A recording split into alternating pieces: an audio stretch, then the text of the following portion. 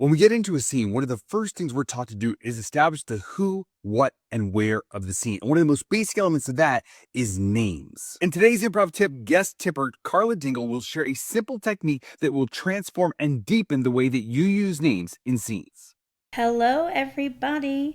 It is Karla Dingle, a longtime listener, first time caller to PV Improv tips. No, just kidding. But I'm a huge fan of Paul Valancourt and the PV Improv tips, and they have been a great tool for me as a teacher and a coach. And I was really excited to be asked to share something that works for me when I perform. So I'm going to call this Exclaim the Name.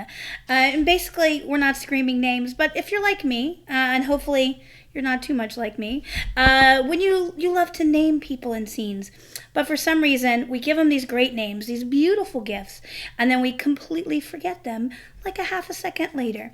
So this is a tool or a tip that I've come up with that really helps me remember those names. Not only will it help you remember the name, it will help you push and poke at your scene partner to get beautiful reactions, really intensify that relationship, and start a game if you would like.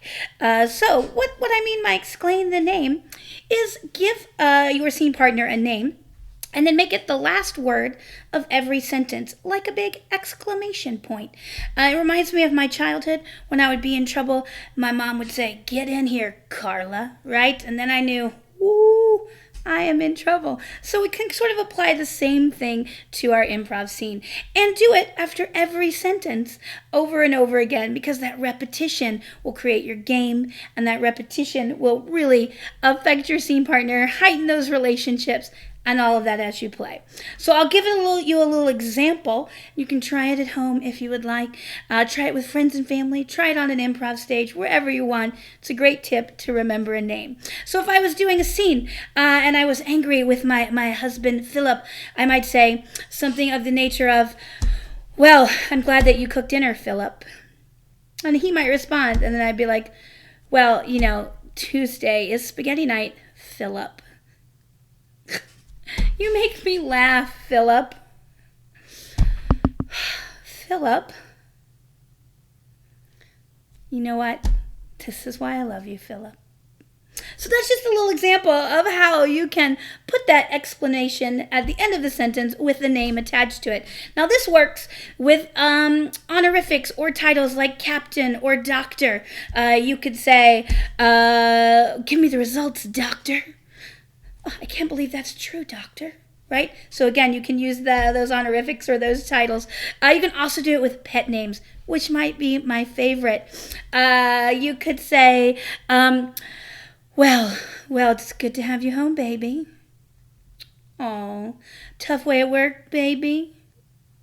"Don't worry, I'll get things taken care of, baby."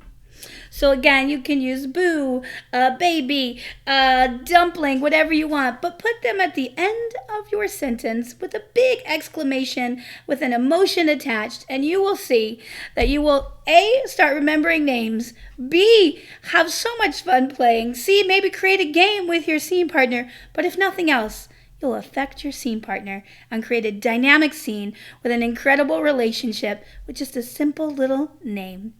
Hope you enjoyed. Let me know if it works for you.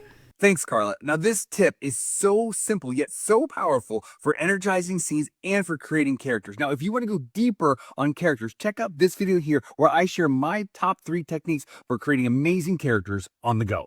Thanks for watching.